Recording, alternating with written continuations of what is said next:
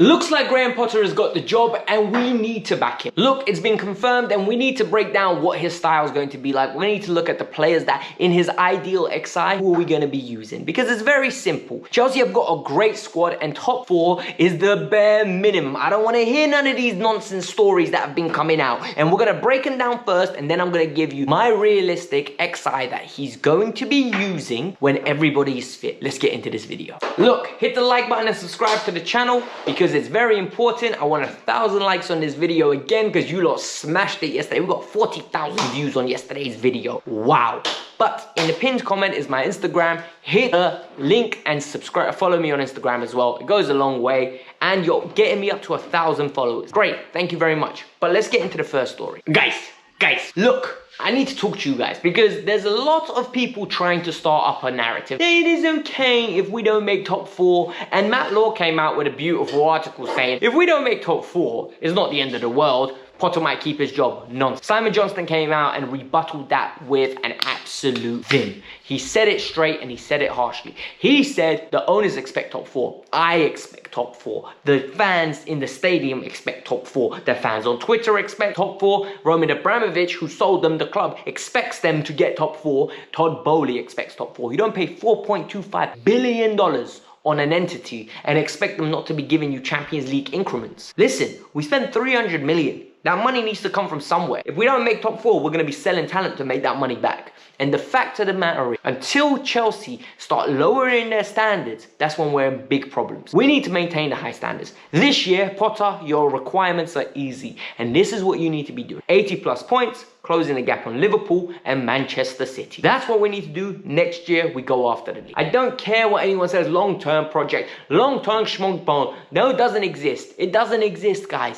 We have 18 months. If he does not win a trophy in 18 months, all of the people that are backing him now are going to be the same ones singing from the same hymn sheet. And I'm going to give you all the excuses that are going to be used. He's never won anything. We got rid of Tuchel, who in 18 months won us 3 trophies. He's not a big enough name. The players don't respect him. These are all excuses that are going to be used. And the fact of the matter is, there's one way to shut everyone up. And he has to win a trophy this year.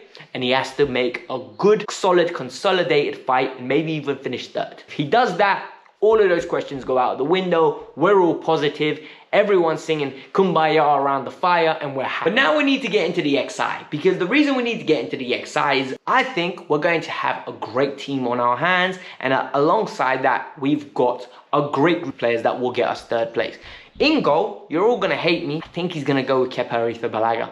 I think Edouard Mendy's lack of ability with his feet is going to cost him his role. I think we're going to start off with Kepa, and I think Kepa's going to keep his spot until the end of the season where we go in and we buy a better goalkeeper. I think Kepa is going to be our number 1. Is he a good goalkeeper? Hell no. I'm still getting panic attacks every time I think of him in our goal. But we're going to have to appreciate him and we're going to have to get behind him for this season. We're going to have a back 3, and the back 3 is going to be an interesting one because we have got an awful lot of talent in there. Trevor Chalobah's going to come in every now and then. I don't see Azpilicueta being a regular impetus in this team. So I think the back 3 will start on the right-hand side with Wesley Fofana. Wesley Fofana on the ball is very accomplished. He's an athlete. He's very intelligent. He is 6'2" and can deal with players on the wide area comfortably. He's shown this in the past with Tuchel in the first 2 games, but he had one moment that has masked everything over and everyone thinks he's terrible. Then we go into Thiago Silva. Thiago Silva is going to be the epicenter of that defense, the middle, the heart, the core of that defense, the element that keeps them together. Thiago Silva is fantastic. You know that, I know that, and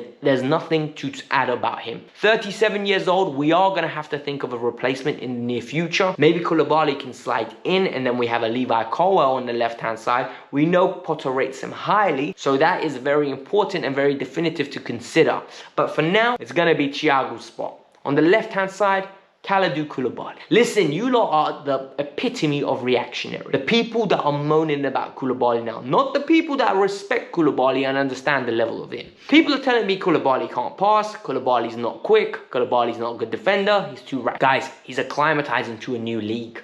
He's acclimatizing to a new pace of a league, and he's acclimatizing to a new style. You need to give him time. This player was one of the best defenders in the world. You don't come to a league and turn into a bum overnight. He is very good. He's very accomplished. He can play in the back three. He can play in the back four. He will be fine. We just need to be patient, and he needs to stop being as rash as he is and trying to win everything in front of the forward. Sometimes it's fine to let the forward get it and don't let him turn and allow people to come and support you in the background. That is what Kula has to learn, but he'll be fine. With Thiago Silva and Fofana, I am happy with that back three. I believe in that back three, and we are going to be cooking with oil. Do I even need to talk about right wing back?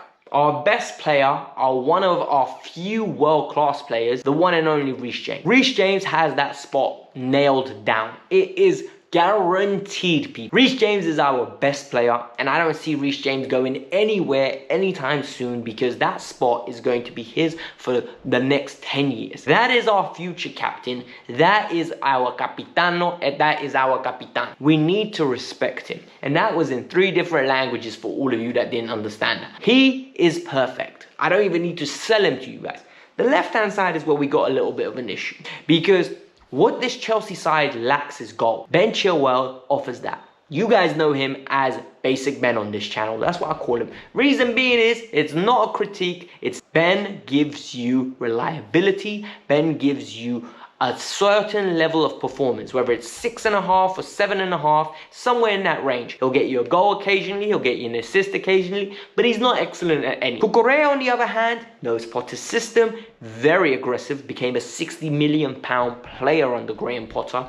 And what I like about him is his punchy passing. He really rises the tempo and allows us to play forward at a quicker rate. His comfortability and his ability to run past people is phenomenal, and it's something that I'm very excited to see how it develops, but I think it's going to be Marco Correa's position from the outset. The midfield too, people are going to be craving for Zakaria. People are going to be like, oh, Zakaria is the new shiny toy, people. Of course you're going to want Marco Zakaria, and this is what will need surgery the most next season, in my opinion, because when everyone's fit, we've got the best 2 maybe in the world. We've got the best 2 within no doubt, and we can trust those 2. And let's look at it now. Mateo Kovacic, ability to tackle, ability to sense danger, ability to dribble past people, ability to create, ability to be both-footed, receive the ball in any area, and the ability to punch balls through. Can he do it on a more consistent basis? Of course he can.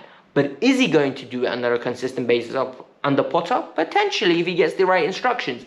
He reminds me of Basuma. A lot of people are going to say, no, he doesn't, Alex. They're not the same player. They really are. They can receive the ball. They're very comfortable at dribbling past people. They're very good at passing the ball when given time and space. And more importantly, both of them, given the right opportunity, they can set a strike from far. Give them the time and space, they will kill. On the other side, it's going to be the one and only N'Golo Kante. Look, at this moment in time, people are going to moan, oh no, it has to be Mason Mount. Mount's not disciplined enough to play that role. Mason Mount is more concerned with getting his goals and assists than contributing to a good functioning system. And that's an issue, people. A lot of you don't understand that. A lot of you won't accept that. But that's the harsh reality of what's happened to Mason Mount's game. He has become a Dele Alli prototype. A player that only cares about getting goals and assists, and his positioning gets lost. When really, he's got all the attributes to be a complete number 8, or maybe even a 10 for some sides. I don't know for what kind of sides, but he's got the potential to be a 10 in a really top 6, top 5 side. For me, it's N'Golo Kante, but we can't keep him fit. So it's going to have to be subsidized by Zakaria and Jorginho here and there. But if Kante's fit, Kante starts for me. Then we're going to go into a front 3. And the front 3 is where the problems arise. Who starts guaranteed? Raheem Sterling. Raheem Sterling's ability to go one-on-one, Raheem Sterling's ability to create out of nothing potentially when he's given the responsibility to, and Raheem Sterling to sneak in on the back post and get you a couple goals is going to be accredited in this system. We're going to be pumping a lot of crosses into the box and expecting players to get on the end of stuff, a lot of cutback, and Raheem Sterling has played this style for a long, long time. Comfortable in possession, running in between the lines, picking up the ball in between the lines, and also stretching the defense every now and then, because Manchester City were doing that with him for years. He is a nailed-on starter.